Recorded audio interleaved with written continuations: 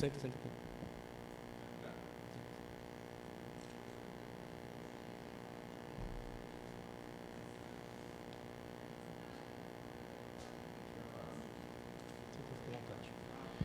Pessoal, bom dia, tudo bem? Recomeçando o último dia do Seminário Nacional, o primeiro Seminário Nacional do Ministério Público e o Ato Fracional. Feliz em ver que os colegas que conseguiram se recuperar do happy hour de ontem, pelo menos, estão com uma cara boa. Não foi, Júlio, porque eu sei que você foi embora antes de mim, então tranquilo. A gente vai iniciar agora com um pequeno atraso, mas a gente vai tentar compensar isso depois no final do dia. O próximo painel é o projeto Repensar Histórias, das colegas do Distrito Federal.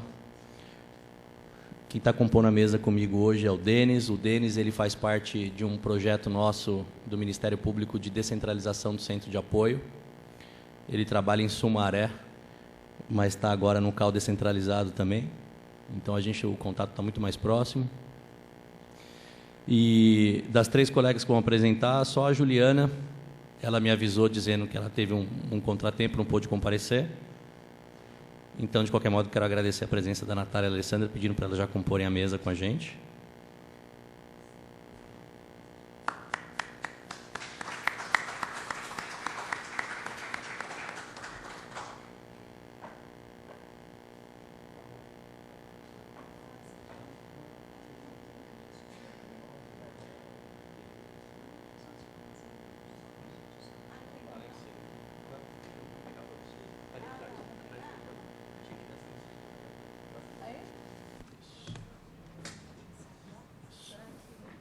Bom, então, para apresentar o projeto do Distrito Federal, já passo a palavra para a Alessandra e para a Natália, para a exposição delas. Muito obrigado.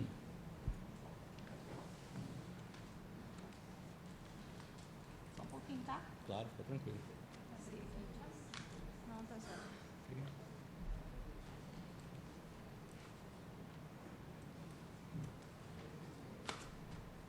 Pegou a pastilha de Peguei. Pegou? Oi. Tá aqui. Bom dia, né? O pessoal ainda está meio... Bom, primeiramente, a gente quer, né, eu quero, em nome também da Natália, do Cário, né, da Juliana e lá da equipe de Brasília, parabenizar, né, os organizadores aqui do evento. É uma iniciativa bem bacana. E a gente vai voltar fortalecido lá para Brasília, né, para a nossa luta aí do dia a dia. Eu tenho certeza que essa troca de experiências é muito válida, né? Então, bom, projeto Repensar Histórias. Esse projeto lida diretamente com aqueles procedimentos de porte de drogas.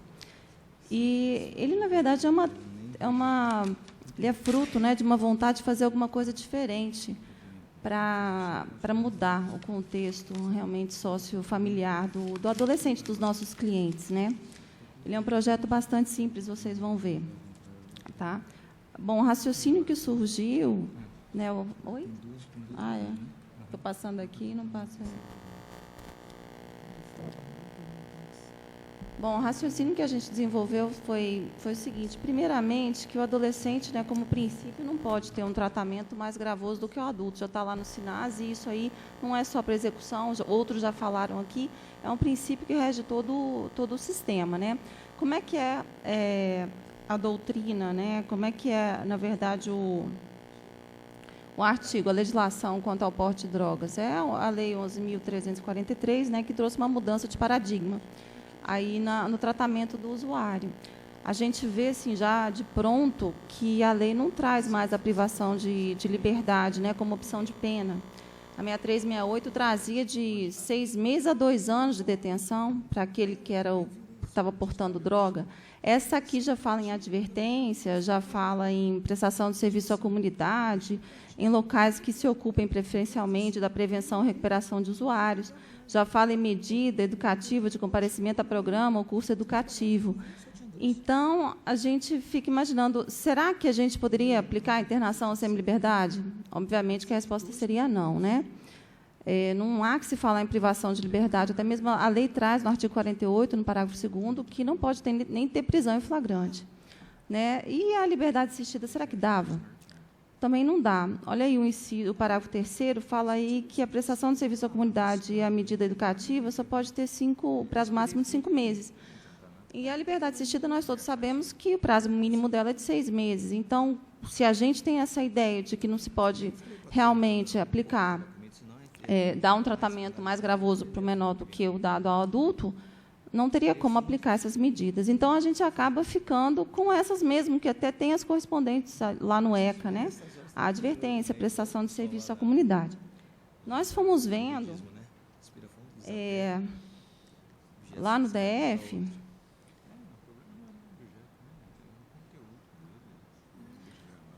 Está em descompasso aí?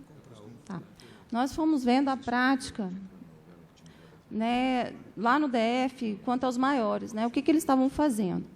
Chegando lá na vara, na verdade, os juizados, né, especiais, e também na vara de entorpecentes, que eventualmente recebem esses processos, nós descobrimos que o tribunal bolou um setor, já há 10 anos, que trata justamente desses usuários.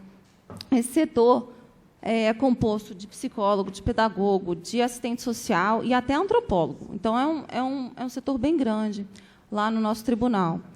E eles atenderam, em 2015, 1.300 usuários adultos, né? E aí, isso daí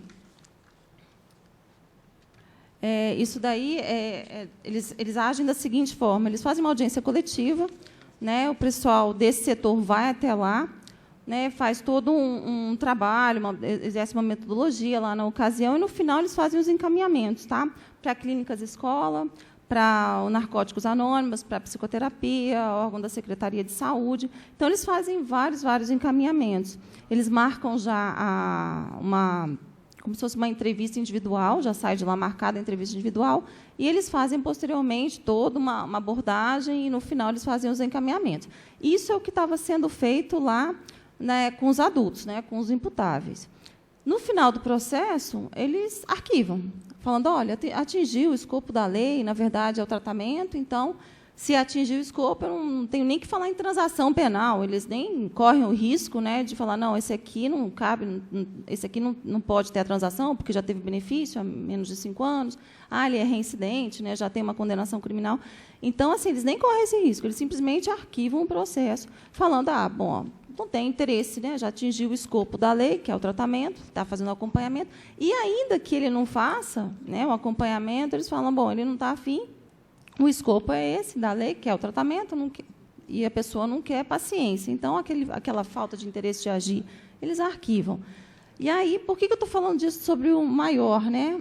É pelo seguinte, eu imaginava que lá na nossa, de repente, na vara da infância, a gente tivesse alguma coisa parecida com isso. E aí muito me espantou que a gente não tinha projeto, a gente não tinha programa algum, não tinha nada do tribunal, nenhum setor para isso, né? E isso foi realmente me assustando.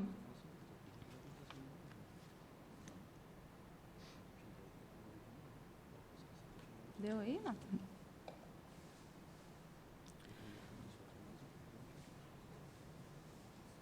E aí, tendo em mente essas penas, né, voltando aqui ao artigo, o que a gente tem na infância?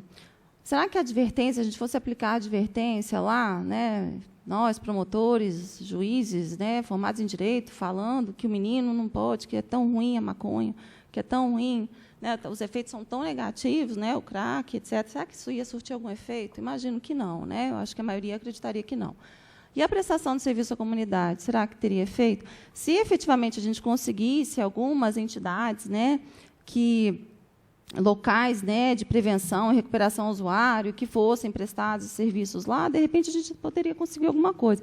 Só que o Renato está aqui para nos dizer que a gente, às vezes, solta fogos, porque consegue 80 vagas numa prestação de serviço à comunidade. Então, imagina se a gente ia conseguir ainda essas vagas nesses locais especializados. Então, acaba que a gente não usa, não teria eficácia essa advertência, nem a prestação de serviço, então vamos usar a medida educativa do comparecimento a programa ou curso educativo. E aí a gente já tem, né, o correspondente lá no ECA, que é o 101.6, a gente já tem a medida de proteção lá, que é muito similar a isso. Passou aí, Natália? Esse aqui, tá? Então, veja bem, o que a gente aplica lá em Brasília? A gente, vendo um caso, né, de porte de drogas para consumo, a gente dá a remissão como forma de exclusão e, na verdade, isso a gente fazia, né? Hoje em dia a gente faz um pouquinho diferente. Mas a gente concede a remissão e a gente pede a aplicação da medida protetiva, de proteção do 101.6, que é a inclusão em programa oficial ou comunitário de auxílio, orientação e tratamento a toxicômanos e alcoólatras, né? E aí, o que a gente percebe? Como resultado disso aí, era só um envio de ofício, na verdade, ao Conselho Tutelar. Não sei se é assim que funciona lá com vocês, nos estados de vocês. Mas lá em Brasília era isso. A gente mandava, a gente não, né? O juiz mandava um ofício ao Conselho Tutelar, pedindo para que ele entrasse em contato com a família e aí chamasse o menino, né, para ir lá e para fazer um acompanhamento, e talvez surgisse um acompanhamento lá no CAPS futuramente. A gente percebeu que isso aí tinha assim, não trazia também efetividade, porque, afinal de contas, ficava assim, meses para esse ofício chegar na casa do menino.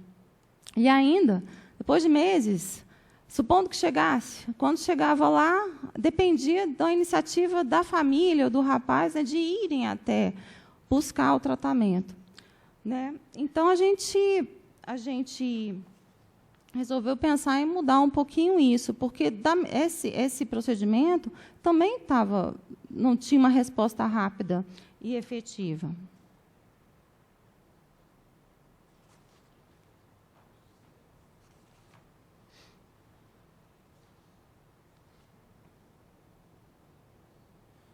Saiu? Acho que eu tirei, né? Estou apanhando aqui um pouquinho do sistema. Como é que é? Eu estou nesse aqui.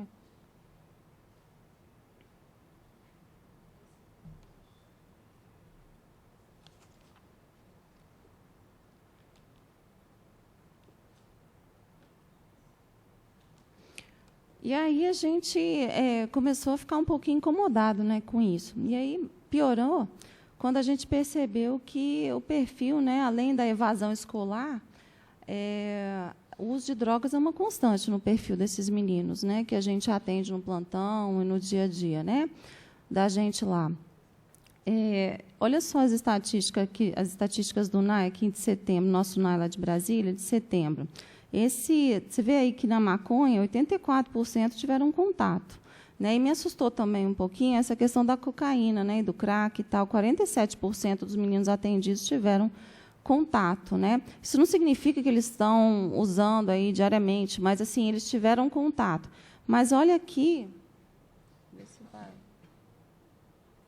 Mas olha aqui o próximo gráfico, que mostra realmente que nos últimos 3 meses, olha o quanto, 68% usa diariamente a maconha. Eu coloquei a maconha porque a maconha é aquilo que eles chegam para a gente. Que droga usa? Doutora, só a maconha. Como se a maconha não fosse nociva, né? Como se ela não causasse qualquer efeito. E vejam só aqui, ó, o que... Nossa, eu estou tirando. Eu estou apertando aqui. É isso, gente. Não é?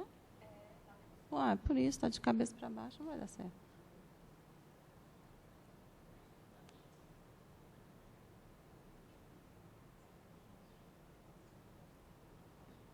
É isso.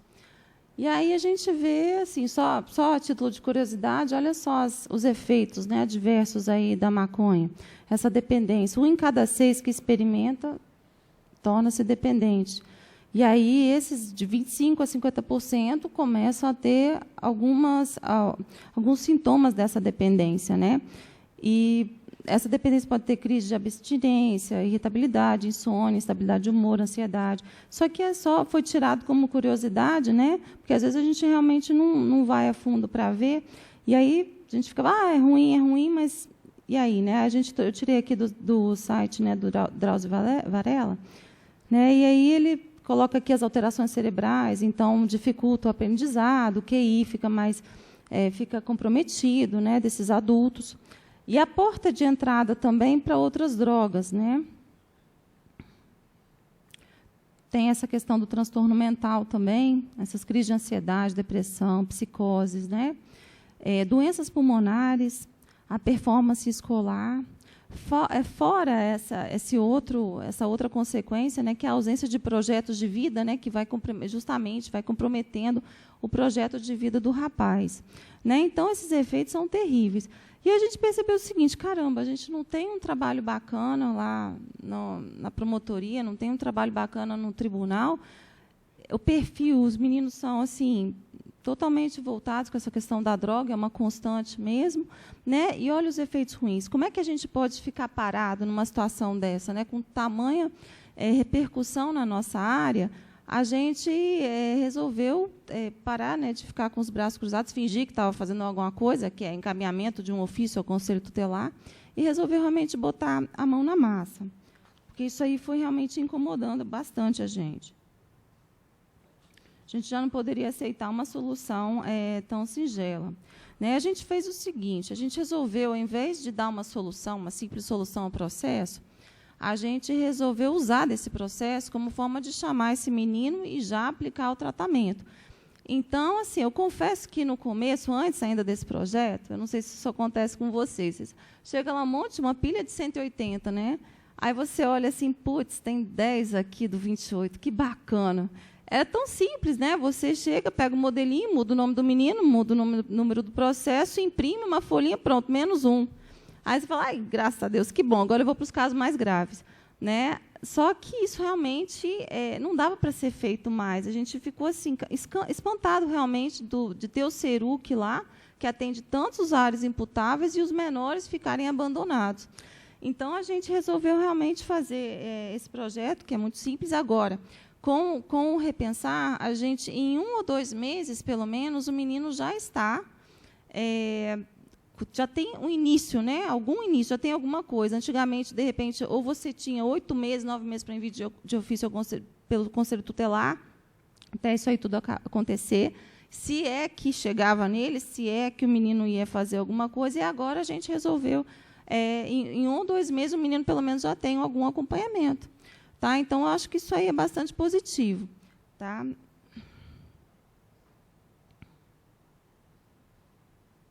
Porque, afinal de contas, né, cabe ao Ministério Público justamente zelar, né, pelo efetivo respeito aos direitos, né, dessas crianças, né, crianças, digo, adolescentes, né, com essas medidas extrajudiciais. E aí a gente tem esse pensamento aí da doutora Maria de Fátima Sudbrack, que é uma psicóloga, ela é muito engajada nessa área de drogas, está sempre nas unidades, está fazendo um trabalho bacana, que a justiça realmente tem que ajudar. Né? E ela pode ser determinante, né, nesse processo aí, da droga.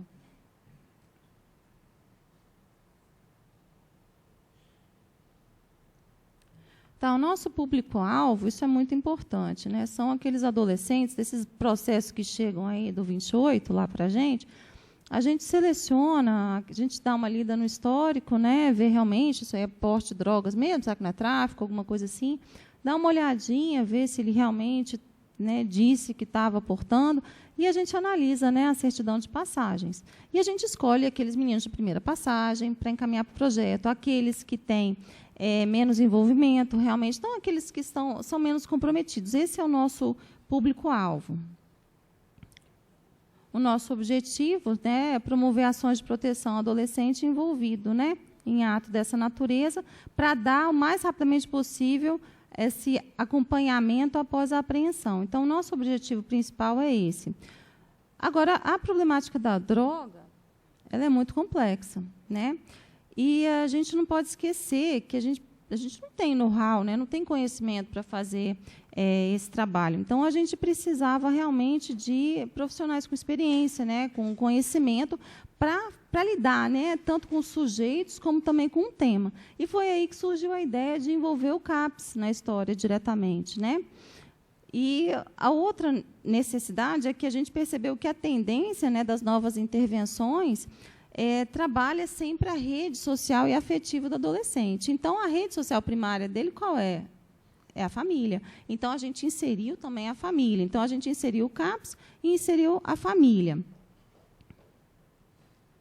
Como objetivo específico, né, a gente quer fomentar reflexões né, no grupo de adolescentes sobre a construção de projetos de vida mais saudáveis, né, sobre fatores de risco associados ao uso de drogas, a redução de danos.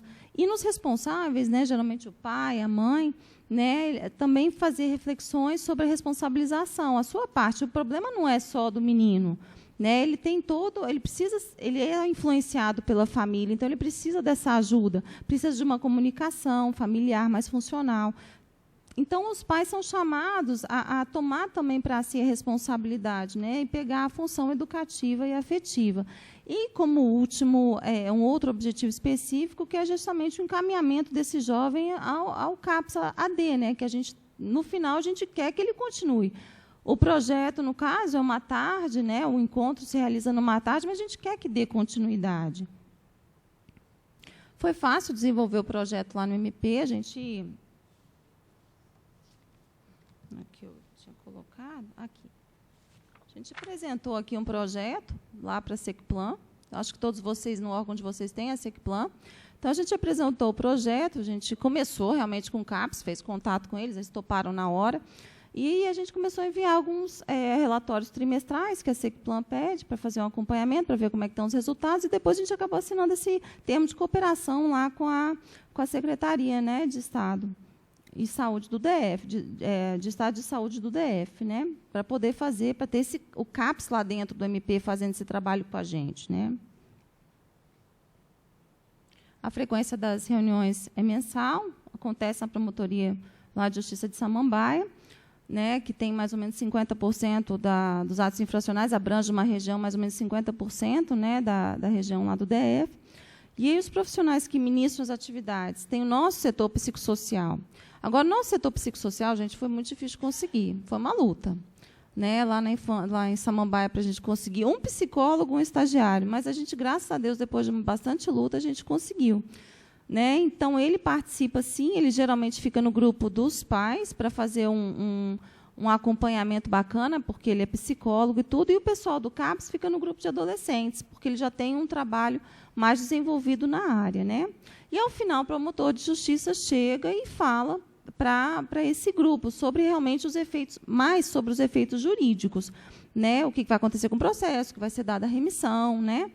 E incentiva realmente o acompanhamento lá no CAPS. Anterior.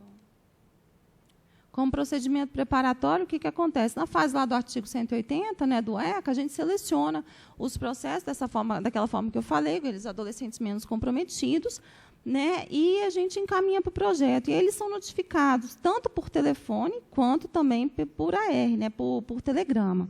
Tá certo? Para justamente garantir que eles vão. A gente tem tido uma frequência muito boa, e eu acho que isso se deve muito à nossa forma de intimação, né, de notificação. Né?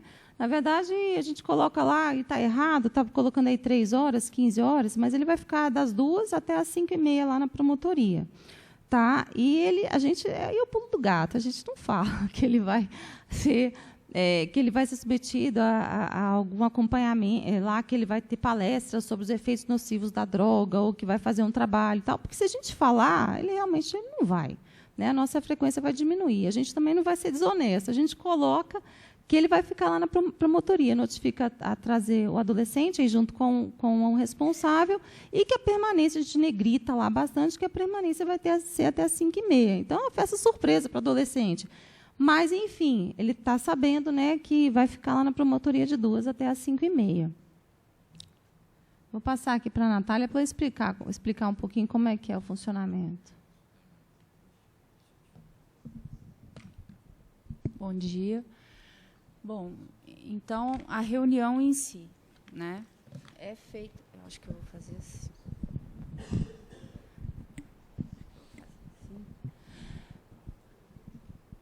Então, todos se reúnem numa sala. No primeiro momento, os pais e os filhos juntos. Né? São feitas as apresentações. Né? O pessoal do CAPS, geralmente, comparecem 2 profissionais do CAPS. E lá do nosso setor psicossocial é o psicólogo, e nós temos uma estagiária de psicologia. Né? Aí, bom, finalmente vai ser explicado, né, por que eles estão ali. Eles já imaginam, porque eles sabem que tem um procedimento, né, eles foram apreendidos por porte de drogas, então eles já imaginam, né, mas vai, então, ser dito que vai ser promovido ali um espaço de reflexão para repensar alguns aspectos da vida deles que podem estar significando que eles não estão tomando as escolhas, não estão fazendo as escolhas mais saudáveis, e como que eles podem pensar em opções diferentes, em fazer diferente, né? E aí, antes de serem divididos os grupos, é feita uma dinâmica quebra-gelo, né, em que o filho apresenta a mãe e a mãe apresenta o filho, né? Eu falo a mãe porque 80% dos adolescentes, no mínimo, vão com as mães. E é muito interessante, já nesse primeiro momento, a gente já percebe a falta de diálogo, né? Porque o filho fala o nome, idade, profissão e o que a mãe mais gosta de fazer. E a mãe, o nome, a idade e o que o filho mais gosta de fazer. Os filhos, em geral, ficam mudos quando se trata de dizer o que é que a mãe ou o pai mais gostam de fazer. E a mãe, quando vai se referir ao filho, geralmente a resposta padrão é assim: olha, eu não sei o que ele gosta de fazer, eu saio cedo para trabalhar e volto só à noite, mas eu sei que ele adora ficar na rua fazendo o que eu não sei. Então, aí, nesse primeiro momento, a gente já vê a falta de diálogo, né, de conhecimento dentro de casa, né? Aí, bom, são separados os grupos. Em uma sala ficam os adolescentes e na outra sala ficam os pais. Com os adolescentes, como a Alessandra colocou, fica geralmente o profissional do CAPS e a estagiária da promotoria, e na sala dos pais, o psicólogo do nosso setor psicossocial e, às vezes, também um profissional do CAPS, né, quando eles conseguem ir em 2. Qual que é a metodologia de trabalho, né? Os adolescentes, eles chegam lá crentes assim: ai, que saco, mais uma tarde de palestra em que eles vão me falar sobre os malefícios da maconha, né, que é a abordagem prevenção-tratamento, a abordagem tradicional, né, em que eles escutam. Chega alguém e começa a falar para eles por que maconha faz mal, por que ela é prejudicial para a vida, para os estudos. E não, né? Lá, o espaço que a gente busca promover, em conjunto com o CAPS, é um espaço para dar voz ao adolescente. Então, a metodologia do trabalho adota uma abordagem comunitária e da teoria das redes sociais, ou seja, a partir de questionamentos que são lançados para esse grupo de jovens, né, a gente vai procurar fazer uma abordagem, né, dos campos relacionais desses adolescentes, né, a abordagem comunitária, né, e para que ele possa ir identificando quais são os fatores de risco e os fatores de proteção em cada um desses campos, que são a família, escola, comunidade, pares.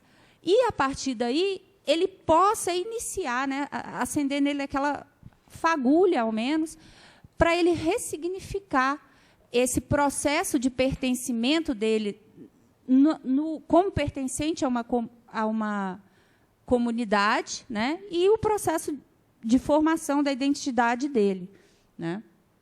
Aí, então, alguns exemplos de questões que são trabalhadas, porque nós precisamos, pelo menos, tentar começar a descobrir qual que é a função da droga na vida do adolescente. Porque, se a gente quer que o adolescente deixe de usar drogas, a gente precisa colocar alguma coisa no lugar da vida dele, para ocupar o lugar da droga. Então, a gente lança algumas questões, os profissionais. Por que você usa drogas? A gente quer identificar a função da droga na vida dele. Aí, geralmente, as respostas: uso drogas para dormir melhor, uso drogas apenas para me divertir, uso drogas para relaxar, uso drogas para ficar mais rápido. E aí, para que ele comece a perceber como que a droga está sendo funcional na vida dele e quais alternativas que ele tem, como que ele pode suprir isso a partir de escolhas mais saudáveis, Aí, outro grupo de perguntas: qual a frequência com que você usa drogas? Aqui a gente busca identificar a forma de consumo, até para o CAPS, né, ali presente, já poder começar delimitando qual que é o tipo de tratamento que vai ser mais adequado para aquele jovem, né? Então, algumas respostas: apenas experimentei, uso droga só de vez em quando consigo, uso droga sempre, né? Então, a gente aí consegue já começar a identificar se o uso é aquele uso só a experimentação, se é o uso esporádico, se é o uso inadequado, né? Porque um dos objetivos do trabalho é mostrar que o CAPS é um serviço de portas abertas. O adolescente, para ser acompanhado pelo CAPS, ele não precisa ter um encaminhamento da Justiça, nem do Ministério Público, nem do Conselho Tutelar. Ele pode simplesmente chegar no CAPS e solicitar o acolhimento. E isso a gente busca reforçar o tempo inteiro no encontro. Mas alguns adolescentes, já no encontro, é possível identificar que ele precisa de um acompanhamento maior, e aí a gente já começa ali a fazer um reforço, né? No final do encontro, já marca o acolhimento para aquele jovem, fala: olha, você pode comparecer lá no dia tal, já sai com a data agendada, e isso vai sendo percebido no decorrer do encontro a partir da fala dos jovens. Aí, outro grupo de questões: como você encara o uso de drogas, né? Esse ponto é muito interessante, é a dependência das crenças, são as representações sociais positivas que existem em torno do uso de drogas, especialmente da maconha, né? Então, algumas respostas, né? Posso parar quando quiser, basta ter força de vontade. Usar drogas ajuda a passar por dificuldades. Baseado faz menos mal que cigarro, só gente fraca fica viciada. Quer dizer, aqui a equipe tem que trabalhar com informações científicas para reconstruir essas representações, né, que existem em torno, essas crenças que existem em torno do uso de drogas. E a gente trabalha também tentando identificar a dependência dos efeitos da droga, né? Então, é perguntado: como você se sente quando usa drogas? Né? Aí, algumas respostas. Esses exemplos de respostas é porque são as respostas mesmo. Geralmente, está em uma dessas, né? Sei que usar drogas faz mal, mas continuo usando. Quando estou usando drogas, não faço mais nada. Não controlo minha vontade de usar drogas. Fico ansioso e não consigo dormir quando fico sem usar drogas. E aqui também, né? Aqui, para a equipe já identificar quais adolescentes ela tem que focar um pouco mais os esforços para conseguir a aderência daquele adolescente para a continuidade no CAPS, né? Porque o tempo ele é limitado, né? Nós trabalhamos nos grupos separados, 1 hora por grupo. Então, não dá para fazer a abordagem completa que é feita no CAPS, né, para individualizar efetivamente o tratamento de cada jovem. Teriam que ser abordadas outras questões, né, relativas à escola, comunidade, né, pares. E, realmente, 1 hora não é suficiente para chegar nesse nível de detalhamento. Mas o objetivo é esse mesmo, é mostrar uma parte do serviço do CAPS, permitir com que esses jovens, ao falarem, ao se expressar, eles comecem a refletir, né, fazer surgir neles esse interesse, né, de repensar, né, a função da droga na vida deles, fugindo daquela abordagem tradicional para a qual eles já têm um sem número de respostas prontas, né, e que não interessa para eles, né, eles não respondem bem. E o grande desafio no grupo de jovens é justamente fazer com que os jovens se abram.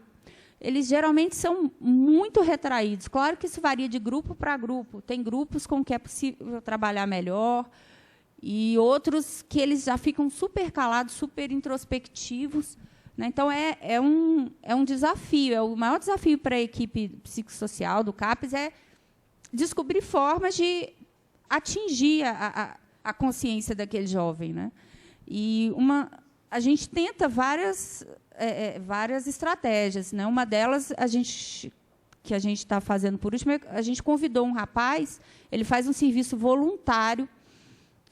Ele é um ex-viciado, ex-envolvido com sistema infracional, sistema até criminal, né? E ele conseguiu superar isso tudo, e ele faz esse trabalho de palestra nas escolas contando a experiência dele. Ele fala que com ele não é a teoria, é a real. Ele fala real para os jovens. E, realmente, a gente vê, né, no final, na avaliação, a gente viu que os jovens, realmente, eles ficam impactados de ouvir alguém, um semelhante, né, que passou por aquilo que, muitas vezes, eles estão passando. No grupo de pais, que a atividade que é feita em paralelo, o objetivo é conhecer o papel da família na construção identitária dos filhos adolescentes e a função que o uso de drogas exerce nesse processo. Porque os pais, eles já chegam... O objetivo também é o mesmo, dar voz aos pais. E, no grupo de pais, é fantástico, né? Eles participam muito, porque eles não têm um espaço para falar sobre esse problema que tanto os oprime.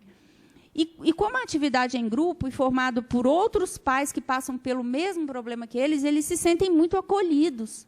Então, sempre é muito rica a atividade no grupo de pais, né?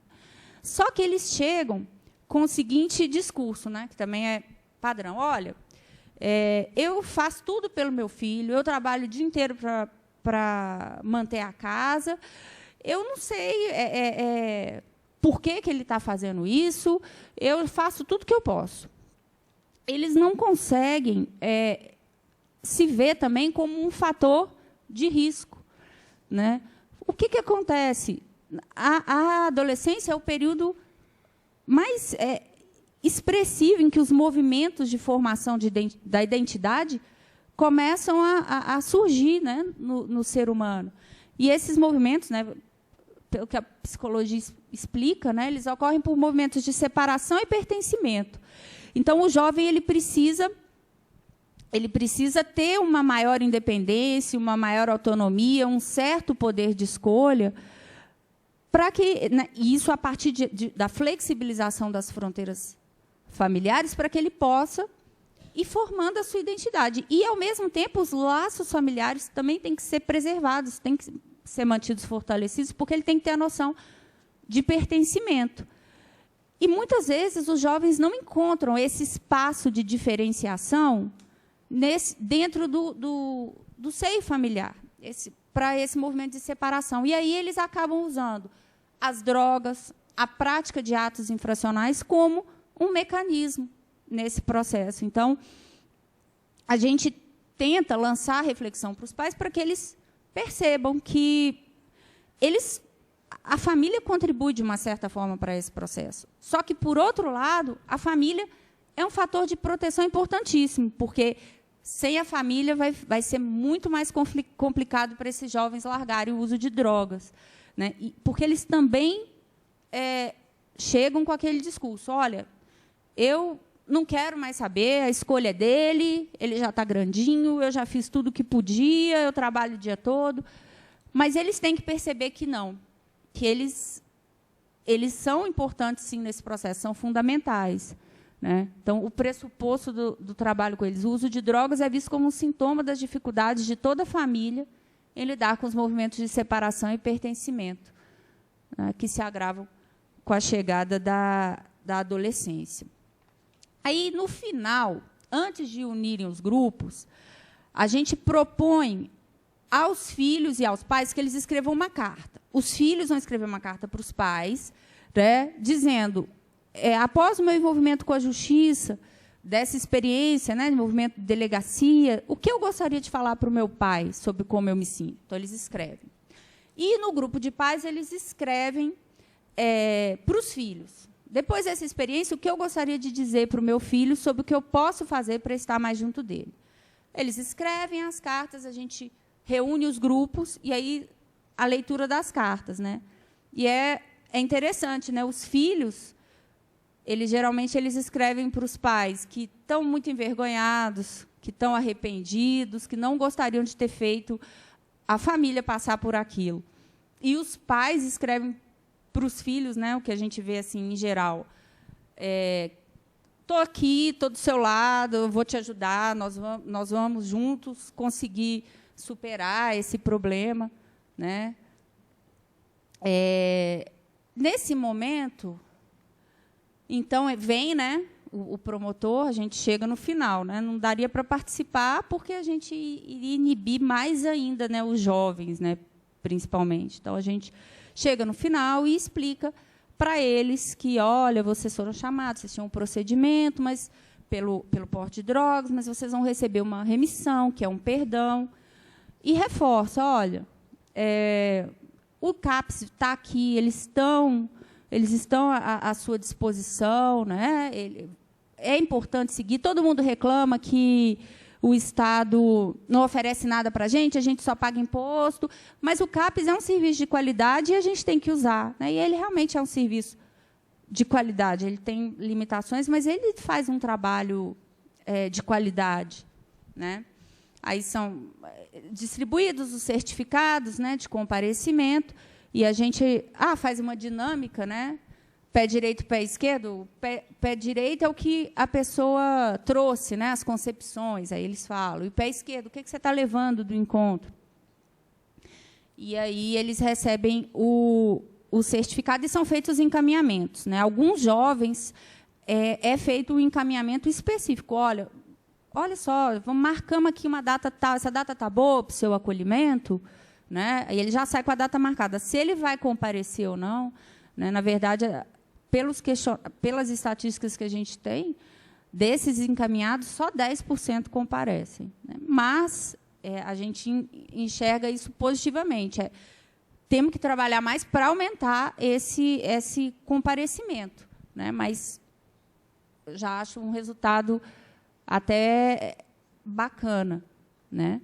E o que acontece? E os adolescentes que não compareceram, né?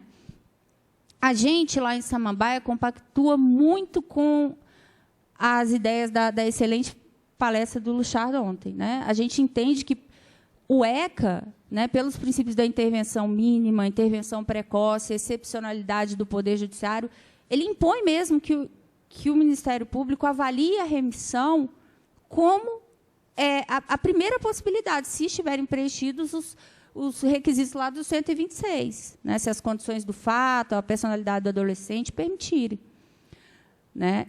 E o Ministério Público ele tem o princípio da oportunidade no procedimento infracional. Então, ele tem como adotar essa posição. É o grande diferencial, né, da atuação do Ministério Público, eu acho, em relação ao procedimento criminal. Então, mesmo o adolescente que não vai, a gente não vai processar ele por causa disso. Vai ser concedida a remissão como forma de exclusão, né? Não poderia ser diferente. Se a gente entende que é uma questão de saúde pública, é um ato infracional, mas é uma questão de saúde pública e que ele precisa ser disponibilizado o tratamento para ele, se ele não foi, a gente concede a remissão e encaminha o ofício para o CAPS, né? Na frequência 2015, de 159 adolescentes chamados, 75 compareceram, né? Só que aqui a gente tem que colocar um parênteses também, abrir um parênteses, porque dos adolescentes, 159 foram convocados. A gente manda aquela notificação por correspondência, mas nem todas as correspondências chegam. Tem endereços que estão incompletos, tem endereços que os Correios não acham. Então, dos que receberam, 75 compareceram, e em 2016, de 160, 90 compareceram. A gente está aumentando, pelo menos, o percentual de participação, né? Aí a gente apresentou, a gente fez um questionário para obter para levantar o perfil dos adolescentes participantes do projeto. A gente pegou uma amostra de 66 adolescentes durante o ano de 2015, né? A gente não faz isso todo encontro, mas tem a intenção de começar a recolher esses dados de 4 em 4 meses, né? E esses dados mostram, né, 86% dos adolescentes da amostra são homens, né? A maioria são homens. A faixa etária, 16 e 17 anos, né? 66% é a idade mais problemática. A maioria mora com a mãe, né? Eles poderiam marcar mais de uma alternativa, né? Mas, então, se for mãe e pai, mas a gente vê pela comparação dos percentuais que a maioria família monoparental. Adolescentes matriculados, 90% dos que responderam a nosso questionário estavam matriculados, mas frequentando a escola regularmente, 68%. Agora, o pior, né? Desses, quantos já reprovaram? 90%. E aí pode ser reprovar por nota, né? Por falta, por frequência. Motivo pelo qual o adolescente começou a usar drogas, né? 28% influência dos colegas. E problemas familiares e, por vontade própria, curiosidade, 12%. Né? O gosto pela sensação que a droga traz, só 4,5%, né? Que mostra que a droga realmente ela é usada como um escape. E aí, depois, ele justifica o uso da droga, né? Dizendo, não, eu uso porque eu acho bom, me relaxa, mas foi só uma escolha que ele fez, a escolha que ele tinha naquele momento. Ele pode substituir. Né? E variáveis relacionadas. Né? Desses 66, 56% já cometeram ato infracional anterior, né? 13% não trabalha, já reprovou na escola 85%, 90%.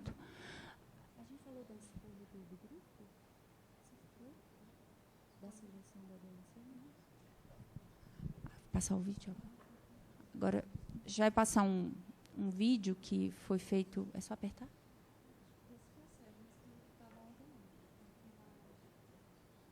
Eu acho que não. Onde que acha o vídeo?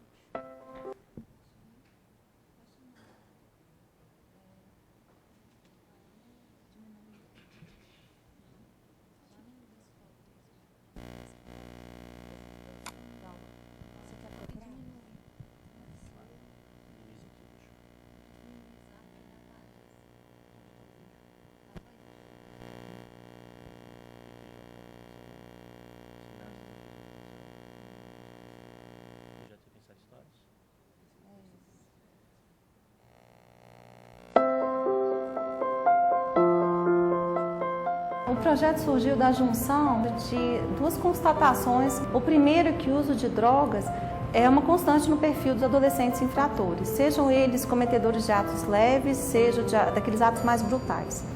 Em contrapartida, que já é a segunda constatação, a solução dada a um procedimento em que se apura o porte de drogas para uso pessoal é bastante simples. É justamente o encaminhamento desse jovem ao acompanhamento que entra a Secretaria de Saúde. Aí apresentam e os adolescentes, quando é um grupo só, não tem um nível. De uma forma rápida, pensar sobre o seu relacionamento com a droga e também fazer com que o tratamento chegue o mais rapidamente possível a ele.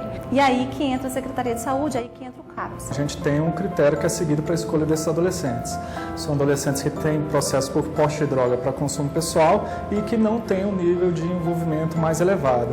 A gente observa que a maioria dos adolescentes encaminhados são meninos, a maioria entre 15 e 17 anos. E a cada mês são encaminhados novos adolescentes. No dia da atividade, como é que funciona? Primeiramente, fica todo mundo, é um grupo só, numa sala maior, né? Fica tanto os adolescentes, como os responsáveis, como os profissionais que conduzem as atividades. Aí nessa parte inicial, digamos, uma meia hora, na parte inicial do encontro, é feita uma apresentação do projeto, né, da iniciativa, é explicado um pouco melhor, os profissionais se apresentam e os adolescentes e os responsáveis também. A gente faz uma dinâmica que um apresenta o outro, a gente divide em subgrupos. Então fica o grupo dos adolescentes e o grupo dos pais.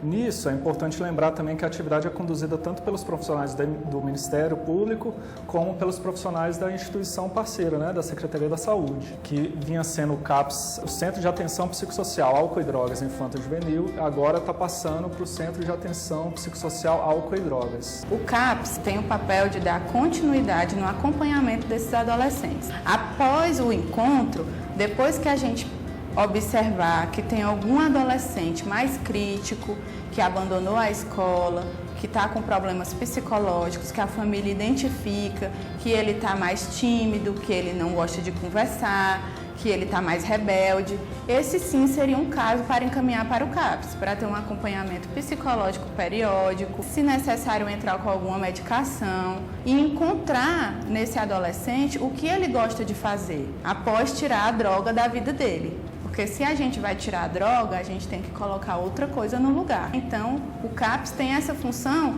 de mostrar caminhos, né, opções, como grupos, um curso, uma capacitação, que a gente fica sabendo na comunidade. O CAPS, ele não é um lugar de internação, é um lugar voluntário. A gente está aqui no papel mesmo de sensibilizar para a mudança. Através do Repensar Histórias, né, a gente tentou criar um espaço em que o adolescente e as famílias possam discutir a problemática do uso de drogas, mas sem que esse seja o foco principal.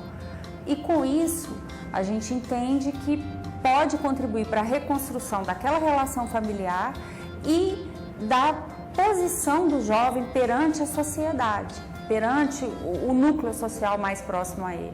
E muitas vezes, os pais, até como sendo a única forma que eles conhecem para tentar ajudar o filho a sair do vício, eles acabam focando apenas nesse lado negativo, e aí vira aquela relação em que o filho só se sente cobrado pelo pai. Então, assim, é abrir um espaço para o diálogo, né? Dar um suporte para esses pais, no grupo de pais, de como trabalhar com esse problema do filho, mas sem esquecer também dos outros aspectos da vida, reforçar o que tem de positivo, mas entendendo que a droga, ela é um empecilho nesse caminho. Quando o Paulo, um dos responsáveis, me fez o convite, não poderia deixar de vir, porque é um dos meus focos principais, o adolescente que está envolvido com a criminalidade, que está na vulnerabilidade, o problema com a drogadição muito alto. Tem uma história muito pesada, entendeu? Muito forte, mas de muita superação. Eu trago nas palestras não a parte de teoria, eu trago prática, vivência, experiência de vida. Eu abro a boca para falar aquilo que eu vivi, como que eu consegui vencer, trago um pouco sobre sistema prisional, mas acho que o mais importante é focar sempre na educação. Porque eu sempre vivi no meio do rap, do movimento hip hop. O rap, ele sempre me ensinou que só a educação gera uma igualdade social, que é muito importante que o aluno esteja matriculado dentro de uma escola, que ele estude, entendeu? Que ele valorize a oportunidade, porque somente a educação pode transformar a vida. Eu achei interessante porque me fez realmente refletir sobre uma situação que tem que ser resolvida, e se for resolvida de maneira precoce, assim, de forma não tardia, fica mais fácil de alcançar uma solução, né? O filho também, ele começa a dar sinais que ele está insatisfeito, que ele está necessitando de um apoio, de um carinho. E essa orientação que nós tivemos é boa, muito boa. Da mesma forma que nós temos que orientar nossos filhos, vocês também nos orientaram também. Eu achei bastante produtivo, principalmente mostrar a experiência do Emerson, ver o que ele passou mesmo, por conta, a gente acha que é coisa pequena, mas acaba não sendo. A princípio você chega meio constrangido, mas quando começa essa terapia em grupo, eu assim achei ótimo, porque assim, é uma oportunidade que você tem de trocar ideias, de realmente ver que aquilo acontece, que a gente acha que dentro da família nunca vai acontecer, né? E aí você troca ideia com os pais e os filhos também. Eu acho que eles passam por um momento ali que eles sensibilizam um pouquinho de ver a situação que o pai é colocado, né? Que tudo tem uma consequência na vida. E a gente nunca pode desistir, né? Então assim, da mesma forma que eu vim disposta, achando que é uma coisa, me mostrou outros lados, que tem pais que você percebe que já desistiram dos filhos. E assim, eu continuo batendo na mesma tecla. Filho é para sempre, eu vou estar sempre do lado, e espero que realmente a experiência de ter passado pelo programa, pelo projeto, realmente venha despertar nele alguma coisa, né? Como despertou, pai estava presente também e eu.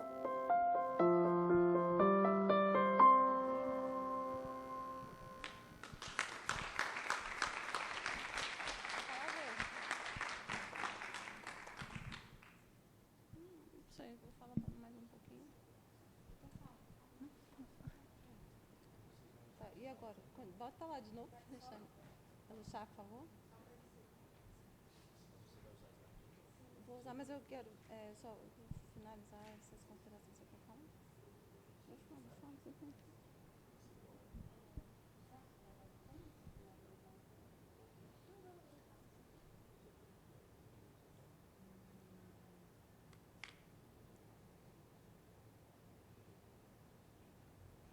Bom, eu vou seguindo aqui. Dentre os desafios, né, que a gente encontrou, né, existe um que é justamente fazer com que a atividade fique cada vez mais instigante para o adolescente, né? Porque ele já chega lá tímido, e nesse grupo ele tem outros adolescentes infratores, imagina se ele vai querer ficar falando. Então, a gente tenta usar de recursos e ferramentas mais variadas, convidar uns profissionais, como a gente convidou aquele ex-usuário de droga da última vez, né, em alguns encontros, para mudar um pouquinho, para tornar instigante, né? E o outro desafio também do projeto é alcançar um índice crescente, né, daquelas famílias que vão fazer o acompanhamento posteriormente lá no CAPS. Tá? Como algumas considerações aqui finais, né, a gente tem que entender que a forma de notificação reflete realmente na frequência do encontro. Então, é bacana fazer alguma notificação assim, dessa forma, né, sem explicitar demais, né, embora realmente não sejam desonestos, obviamente. Né, tem que chamar ele para o encontro, notificar direitinho daquela forma lá que é mais adequado. Né. O envolvimento com drogas deve ser visto como sintoma, né, influenciado por diversos fatores, não é só um motivo, não é só por um motivo que ele está usando drogas, às vezes tem uma série de motivos, né, e esses fatores têm que ser vistos. Né. A responsabilização não deve ser só do adolescente, mas também dos pais, dos responsáveis, né, como a Natália já falou, para poder enfrentar adequadamente os desafios. Né. A troca de experiências entre pais é muito valorosa, né, é uma fonte de aprendizado. E a gente tem que também, como promotor, na hora da seleção, tem que ter cuidado, né, na seleção desses adolescentes aí participantes, porque o foco realmente é preventivo. Se a gente realmente colocar usuários, né, aliás, adolescentes que já têm mais envolvimento, né, com a seara infracional, não vai ser um grupo homogêneo, ele vai até prejudicar, muito provavelmente, aquele grupo. Tá? Então, tem que selecionar de uma forma legal. Bom, gente, eu vou, na verdade, puxar aqui, eu vou usar um gancho aqui do Luchar, né, do Rafouche aqui um pouquinho, porque está dentro dessa questão aqui do projeto, mas eu queria fazer um fechamento aqui. Bom, o que eu queria dizer é o seguinte, é que o quadro normativo realmente aqui no Brasil, ele atende perfeitamente às diretrizes, né, internacionais, lá desde 1959, na Convenção...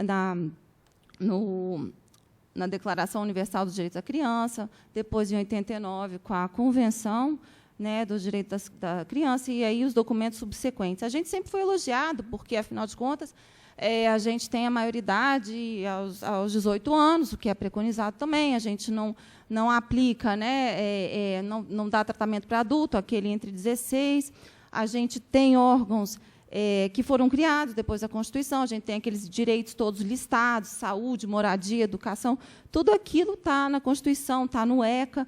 Né, o MP, em 88, foi totalmente fortalecido, né, dificilmente a gente vai ver um órgão, uma instituição tão forte em algum outro país, né, em direito comparado, como o nosso Ministério Público, né, um quarto poder, uma força muito, muito grande. Né? Agora, a gente é massacrado, né, na hora que chega realmente na violação de direitos. Lá no Comitê de Direitos das Crianças, né, das Nações Unidas, a gente está sempre sendo massacrado por conta dessa violação realmente de direitos.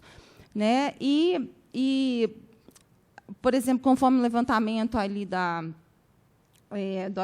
do Levantamento Nacional de Atendimento Socioeducativo, em 14 anos, né, de 96 a 2010, o número de adolescentes internados em estrita, semi-liberdade, provisórias, foi de 4.245, isso foi um dado da Secretaria de Direitos Humanos, tá? De 4.245 para 17.703. Tá? Isso já dá uma ideia, claro que a gente está assim, a gente já sente, não precisava nem ter esse número, a gente sente a insegurança já, né? Mas já dá uma ideia de que realmente aumentou o número de atos graves, né? Roubo com arma, roubo com restrição de liberdade, tráfico, porte de arma, homicídios, latrocínios, etc. Tá? E já foi dito aqui várias vezes, né, como o Char mesmo repetiu, vários colegas, né, quanto menor a implementação positiva desses direitos da criança, menor também o desenvolvimento dele e maior o envolvimento dele na criminalidade e num comportamento antissocial. Agora, o que eu quero acrescentar? O que eu quero acrescentar é o seguinte, é que, de alguma forma, a garantia desses direitos básicos deve ser abordada também em todas as áreas que que mexem com o adolescente, inclusive na justiça, né, inclusive no nosso procedimento infracional. Se a gente fizer uma pesquisa nas orientações dos entes aí, na Unicef, se a gente for também ver realmente as orientações aí do Comitê do Direito das Crianças das Nações Unidas, a gente vai ver que, dentre as melhores práticas, né, no sistema de justiça juvenil, está justamente a adoção de uma abordagem holística e multidisciplinar. O que é isso? É abordar o jovem em todos os seus setores, é olhar como é que está na escola, como é que está nessa questão com drogas, o que a gente deve fazer nesses outros setores também. Não basta simplesmente dar uma resposta ao processo, a gente tem que tentar ver se consegue ver o adolescente como um ser e que tem vários fatores que influenciam aquele comportamento, né? Então, a justiça infracional também deve assistir ao adolescente infrator nessas áreas, na medida do possível. Tá certo? Eu tive a oportunidade, há 2 anos, de estudar um pouquinho o modelo canadense de justiça. Tá? Obviamente que as realidades, né, sociais, né, institucionais, normativas, são totalmente diferentes das do Brasil. É totalmente diferente. Mas só que a gente pode ter alguma lição aí do processo lá no Canadá. Em 2003, eles passaram assim, por uma reforma enorme nesse sistema de justiça. O número de adolescentes encarcerados era gigante. O número de processos na justiça também. Só que eles não estavam vendo efetividade alguma. Então, veio um clamor da população, porque eles não queriam mais gastar dinheiro com esse sistema que eles diziam falido. Então, eles começaram realmente a investir. Eles investiram em quê? Em tirar do Poder Judiciário, em afastar, né, os atos infracionais, naqueles adolescentes, naqueles casos mais singelos, eles afastavam do Poder Judiciário, como a nossa remissão, né, de repente, a exclusão do processo. Começaram a investir realmente em medidas extrajudiciais, né, e também, e principalmente, na questão da justiça restaurativa. Lá é muito forte. Desde 1974, a justiça restaurativa está lá. Né? Como resultado, eles tiveram a reincidência, em alguns estudos, simplesmente caiu pela metade. Tá? Eles diminuíram muito essa questão assim da internação. Olha aqui que eu não estou defendendo, que a gente agora não vai internar mais, não é isso. Eu tô só colocando que a abordagem do processo, né, socioeducativo lá teve uma mudança que foi positiva, que isso é importante da gente pensar realmente, né? Eu fui lá eu fui ao complexo, né? Eu não sei como é que funciona em Belo Horizonte, porque tem o centro integrado em Belo Horizonte, em Porto Alegre, mas lá em Montreal, por exemplo, o judiciário e o MP não tem MP, na verdade é Promotoria de Justiça, mas o MP, né, o judiciário e a promotoria são pequenininhos. Agora, a assistência social, gente, é gigante. Então, o maior espaço que tem lá é para assistência social. Então, aquele menino de primeira passagem, aquele menino sem grande comprometimento, ele tem um banho assim, de assistência social. Está ruim a escola, vamos ver o que a gente pode fazer. Está envolvido com droga? Está precisando de um acompanhamento psicológico? Então, assim, ele recebe um banho de assistência social. Para quê? Para que justamente não volte. Né? Então, eles têm todo esse trabalho. E isso é muito bacana da gente ver. Né? E eu não estou aqui falando que a gente tem que pegar o modelo canadense e implantar aqui no Brasil. Nem ia dar certo, né? Porque a gente tem muitas diferenças em todos os aspectos culturais, né? A questão realmente das instituições. Né? O modelo, realmente, lá é direito... aqui lá é common law, né? Aqui é o civil law, então é bem diferente. Só que o que a gente tem que pensar é em que formas a gente pode acrescentar esses aspectos, né, de assistência social no nosso trabalho. E é isso que eu acho que a gente tem mais, a gente precisa pensar em que fase que a gente pode fazer. Gente, na fase ministerial do procedimento, no 180, a gente tem uma abertura enorme para fazer muita coisa. A verdade é essa. Aí vocês vão falar, não, mas aí, pô, eu sou promotor de justiça, será que eu tenho que ficar pensando tanto assim na política social o tempo inteiro? Eu falei, bom, gente, eu acho que sim, porque tudo que a gente puder usar para permitir o acesso desse adolescente, né, a esse tipo de serviço, vai ajudar, né, no desenvolvimento dele, vai tirar da criminalidade. Então, assim, se a gente percebe que a gente tem uma força, que é o processo, a gente tem realmente uma força, a gente tem um processo que está na nossa mão. E esse adolescente está atrelado ao processo. E é uma força, é uma coerção que a gente tem com ele. Caramba, olha no projeto Repensar, 70% vai, com a notificação do Ministério Público para comparecer lá no projeto. Claro que são esses adolescentes de primeira passagem, são esses jovens com pouco comprometimento. Na sua oitiva informal, quantos é que vão desses que são menos comprometidos? Vão muitos. Então, é a oportunidade de a gente realmente fazer alguma coisa nesse momento, né? Usar realmente do processo para, de repente, dar essa assistência, fazer algum trabalho bacana nessa área, né? A gente tem esse trunfo, né? A gente sabe que boa parte dos nossos processos, grande parte do nosso processo, realmente diz respeito a atos leves e de moderada gravidade. E que a gente tem muitos adolescentes de primeira passagem. Então, por que simplesmente, não é simplesmente, mas a gente também tem que dedicar atenção, não só em construir, de repente, unidade de internação, né, em fazer um trabalho bacana como aquele que a Berenice, né, faz aqui em São Paulo, a Berenice? Da Fundação Casa, né? Que ela falou, tem um trabalho muito bacana que ela faz, afinal de contas, o menino fica das 8 às 21 horas lá. Então, eles têm, fora, né, do alojamento, eles fazem vários trabalhos lá. Mas a gente tem que aproveitar e focar também nesse adolescente que está aqui de primeira passagem, que está realmente menos comprometido, para poder dar esse tipo de apoio social. A gente vê, né, que quanto mais o menino penetra, né, mais profundo ele vai no sistema, maior a reincidência. A contrário senso, quanto menos ele for, mais ele vai ter chance de não voltar. Então, assim, eu tenho umas ideias aqui, assim, a gente traz umas ideias bem rapidinho aqui que eu quero falar com vocês. É o seguinte, olha o que a gente pode fazer. Nos NAIs, nas portas de entrada, por exemplo, a gente tem que lutar para que tenha a Secretaria de Saúde, para que esteja lá a Secretaria de Educação, a Secretaria da Criança, tem que estar lá. Eu não vejo como não estar nessas portas de entrada. No Ministério Público também, a gente tem que ter uma forma de encaminhamentos, como o Luchar está falando. A gente tem que trabalhar para a gente ter realmente uma relação dos serviços que a gente pode encaminhar esse jovem. A gente tem que trabalhar também na vinculação direta da medida. Recebeu a remissão, lá, principalmente em audiência ou no plantão, ele já sai vinculado, já tem um dia para comparecer. Essas coisas a gente tem que lutar. Um setor psicossocial, a gente precisa lutar por um setor psicossocial nas nossas promotorias. Não tem psicossocial, não tem jeito de conseguir.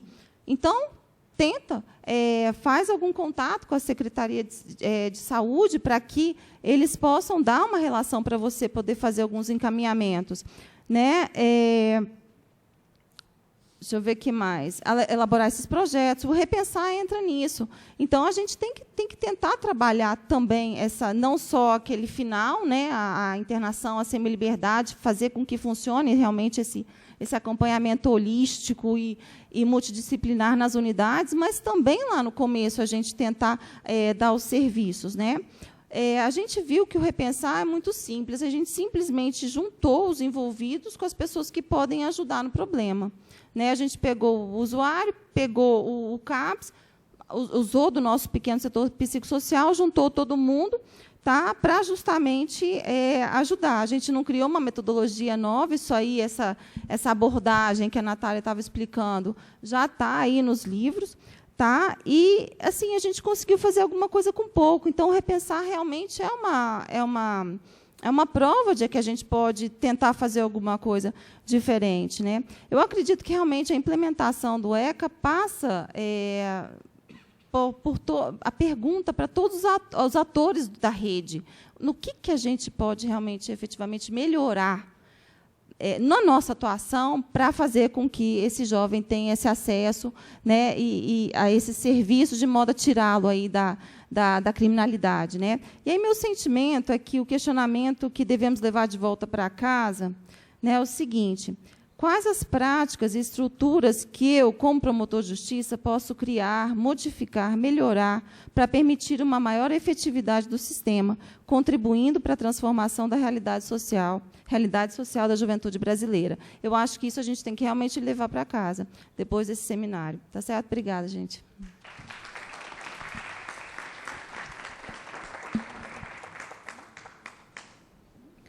Obrigado, Alessandra. Obrigado, Natália. As duas chegaram aqui desde o primeiro dia, ficaram tão quietinhas ali no cantinho, a gente não imaginava que ia ter uma desenvoltura dessa para falar, e um projeto tão legal, né? E a gente percebe que o projeto é bom porque a gente entra no WhatsApp, já tem 40 mensagens do grupo, todo mundo querendo seus e-mails, querendo levar isso para o município, enfim. Também queria dizer que uma coisa em especial me emocionou no trabalho de vocês. Eu vejo que no município de vocês não têm um CAPS-I, vocês têm um CAPS-ADI. Que beleza, que ótimo, né? Quer dizer, no município não, lá não tem município, né? No Distrito Federal. E a cara de deslumbre do Luchard também com a exposição. Quem tiver curiosidade, é só ver no grupo que eu registrei o momento, tá? Eu peço a gente... Não, você é promotor do júri, você não pode pegar o microfone. Eu queria pedir a gentileza dos colegas, que a gente começou com meia hora de atraso. Então, quem tiver pergunta para fazer uma pergunta objetiva e breve, tá? Eu sei que o assunto ele envolve, é um assunto mega interessante, mas a gente pode combinar. A gente faz uma pergunta breve agora, a gente não se alonga muito, e depois, no momento do intervalo, a gente pode conversar um pouco mais, tentar compartilhar um pouco mais de experiência, tudo bem? Elas estão com um bloquinho para anotar, então a gente faz a rodada de perguntas, aí elas fazem a fala final e a gente passa para o próximo painel, tudo bem? Queridos, quem tem pergunta, colocação, levantem o braço. Arfuxa, eu vou passar para a Daniele primeiro, tudo bem? Até para preservar a tua integridade física. Tá? Sacanagem. Gente, bom dia, parabéns pelo projeto, né? Nós lá em Curitiba temos também essa forma de atendimento, de palestras, né? Desses encaminhamentos na área de drogadição, de crime de trânsito e na questão de pichação. Mas a gente faz diferente, a gente faz a oitiva informal e depois, para selecionar, e depois encaminha. Então, a dúvida que eu fiquei é como é que vocês fazem essa entrada do menino no projeto. Você falou, tem que selecionar bem, como é que faz a escolha, primeira passagem e tal. Vocês recebem o procedimento da delegacia, faz essa análise, mas vocês não têm contato com o adolescente. Então, eu queria entender como é que vocês fazem essa seleção, porque nós lá optamos por fazer a oitiva informal e depois encaminhar. Mas, claro, daí tem toda a oitiva para depois e para o projeto. Não é tão interessante quanto essa forma diferenciada que vocês criaram. Então, eu queria entender como é que vocês fazem essa seleção. Arfuxa. Eu estou impactado com o que eu vi agora e o que eu estou vendo aqui, nesse evento. Porque eu cansei já de ouvir que nós, promotores que atuamos com atos infracionais, somos insensíveis, punitivos, e isso aqui está mostrando que há um equívoco acerca desse pensamento. Um projeto como esse, eu vou ser breve, tem que ser. Há 20 anos eu lido com questão de drogadição, e sou membro do Conselho Nacional Antidrogas, ou Conselho Nacional sobre Drogas. Há um descaso generalizado de todos os setores, inclusive dos CAPs, em relação à questão do adolescente drogadito. Esse projeto deve ser fomentado no Ministério Público, porque nós vamos deixar de ser simplesmente burocráticos na questão. Quero levar isso para o Estado do Mato Grosso do Sul e vejo que o índice de 10%, Natália, é fantástico. É muito mais. 1% já seria excelente. Só o levantamento que a gente viu aqui não tem. A Senad não tem esse levantamento que vocês têm. A Senad, que deveria se preocupar com esse tipo de estudo, não tem com os detalhes que eu vi aqui. Então, só esse estudo, só esses índices já seriam um sucesso. Com 10%, é fantástico. Eu tenho que considerar que uma grande parte desse grupo de adolescentes, eles estão adoecidos, estão comprometidos, e eu creio que só a desintoxicação vai trazer algum resultado. E o CAPS não oferece. A minha pergunta é, o programa, ele se estende para trazer comunidades terapêuticas ou qualquer outro setor de internação até para desintoxicação?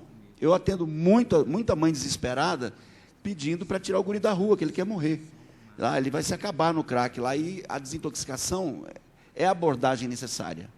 Mas, com a lei antimanicomial, que destruiu o sistema, não é? Acabou com 90% dos leitos de internação, a gente não tem onde internar. Existe um espaço no projeto para esse encaminhamento? Não é? Eu considero que pelo menos 50% dessa gurizada está seriamente comprometida e precisa desintoxicar. Eu gostaria de saber se há esse encaminhamento além do CAPS. Tá, Onofre. Tá.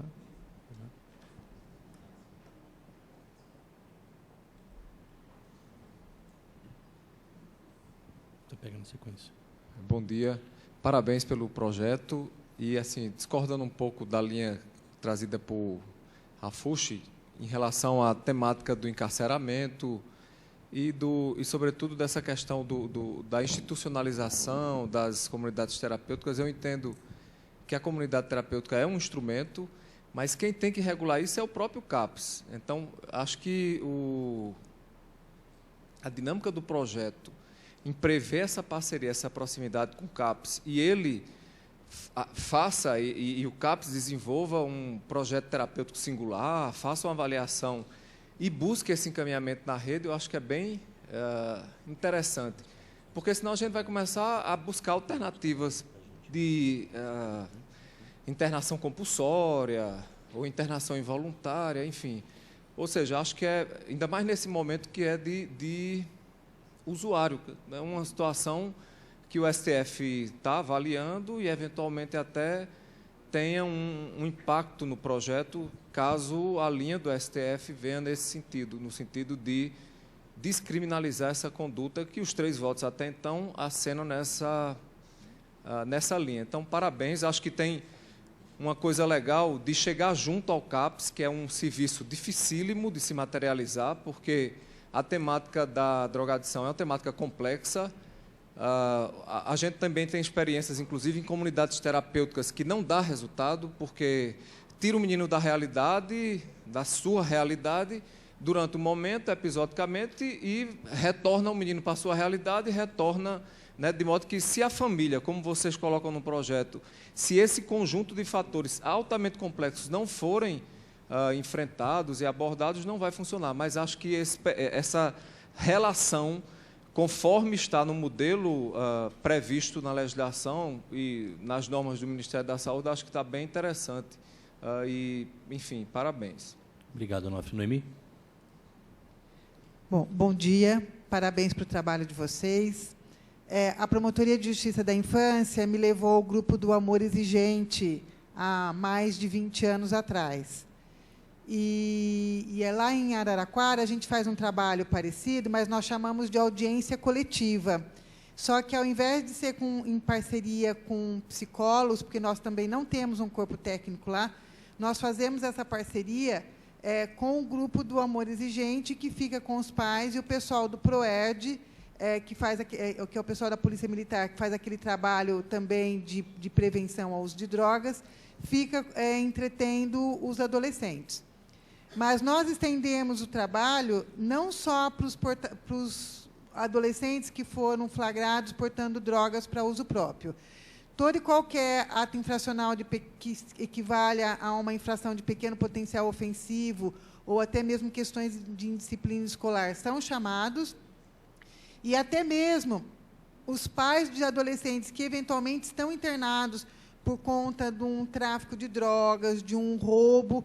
Para reunião de pais, nós convocamos esses pais também, porque é muito visível para mim que, na verdade, mesmo esse adolescente que já está numa situação infracional mais séria, ele tem uma total falta de continência dentro de casa, que uma falta da família conseguir dar conta de educá-lo, né? E aí, mas me angustiava muito também, porque a adesão para ir para o grupo de apoio do Amor Exigente, para ir para o CAPS AD, era muito pequena. E copiando São José do Rio Preto, que nós temos um colega lá muito combativo, o André, agora nós estendemos esse trabalho, a gente faz essa primeira audiência coletiva e convida os pais, entre aspas, né? Que aí a gente explica, depois eu legalmente explico qual vai ser a consequência se eles não aderirem a participar das reuniões. E eles participam de 5 reuniões seguidas, são 5 semanas seguidas, de 1 hora com o pessoal do Amor Exigente lá na Promotoria de Justiça. E como a grande maioria do nosso público são famílias de baixa renda, me angustiou também a questão do custo disso para essas famílias. E aí eu tive um problema no transporte de alunos lá da rede escolar, pela empresa que estava terceirizada, e como reparação dos danos coletivos que eles causaram por não estarem cumprindo o contrato corretamente, eu consegui deles a passagem para 30 pais durante o ano todo, para que eles compareçam nesse projeto. Então, quem vai, quem adere, toda semana a gente dá o passe para o pessoal voltar. E tudo isso para dizer para vocês que, se vocês quiserem um parceiro extremamente comprometido, principalmente com essa questão da reestruturação da família e de levar as famílias a repensarem o seu papel na vida dos adolescentes, procurem o grupo do Amor Exigente, que vocês vão ter um parceiro excelente. E uma das grandes reclamações do pessoal do Amor Exigente, quando eu estou no meio deles, e isso é com uma certa frequência, é justamente que eles sentem uma dificuldade muito grande de chegar no Ministério Público, né? Então, eu sou vista, às vezes, como um ET ali dentro. Nossa, mas como é que o pessoal conseguiu chegar em você? Então, eu sempre passo, olha, procura, vai atrás, e sempre falo para os colegas. O pessoal do Amor Exigente, eles estão ávidos para trabalhar em parceria com as promotorias de justiça. E é um grupo extremamente sério, de pessoas comprometidas, e que vale a pena vocês terem como parceiros. Mas parabéns pelo trabalho aí de vocês. Obrigado, Noemi. O Luchard vai fazer uma última pergunta, rapidinho, e eu já passo a palavra para as colegas. A minha pergunta assim, é muito rápida, parabenizando demais vocês, até porque rolou a reconstrução aí, eu lembrei de ontem, né? Parece que a gente estava conectado. A ideia daquela apresentação do adolescente para a mãe e vice-versa, que é a reconstrução de vínculo, no começo da abordagem, surgiu de vocês, né? Ou já veio da prática do CAPS AD e da reconstrução de valores, que é mais ou menos que vem depois, né? Se também já era uma prática da rotina deles, ou vocês também interferiram nessa rotina que é deles, ou vocês interferiram nessa... Você está entendendo? Na rotina deles. É só isso.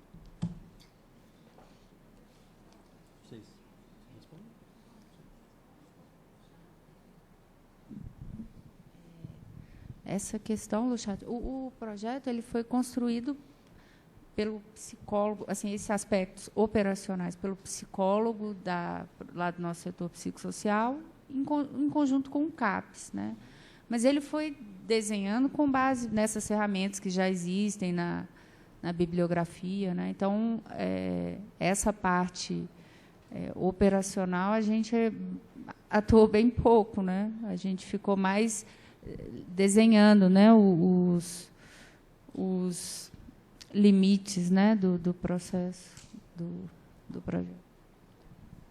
Quanto a essa questão aí da Daniele, né, a gente fez, Daniele, lá a gente tinha um outro projeto, que eram círculos educativos, que a gente fazia lá também, e a gente acabou fazendo dessa forma aí. A gente chamava proibitivo informal e depois vinculava o menino a comparecer, né, ao Ministério Público novamente, né, para poder fazer os círculos educativos, né? Então, primeiro a gente fazia dessa forma. Aí, quando chegou esse da droga, como a gente tinha se deparado com muitos problemas assim do segundo comparecimento ao Ministério Público, né, Aí a gente quis encurtar o caminho. Então, a ideia foi sempre essa questão da efetividade, realmente, do mais rapidamente possível, a ideia, né, que nos cercou foi essa. Então, vamos chamar uma vez só e já vamos disponibilizar o acompanhamento, de modo que ele possa repensar o relacionamento com a droga.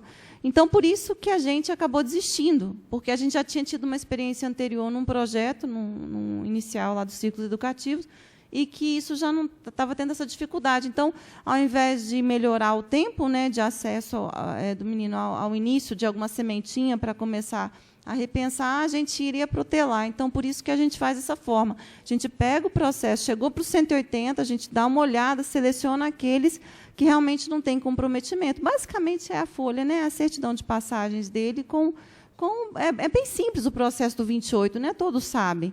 Então, assim, a gente faz aquela seleção na hora, ele vai para a notificação e já está marcado o encontro para aquele mês. Então, assim, com 2 meses, o menino já está no MP, com o CAPS, com o setor psicossocial. Então, a gente realmente não quis fazer oitiva, por conta da celeridade, né? Chegar e atacar logo o problema. Tá? Então, foi por isso. Acho que está respondido. Tá? Do Sérgio, né? O foco do projeto ele é mais preventivo, Sérgio. Então, a gente trabalha com adolescentes com pouco comprometimento, né?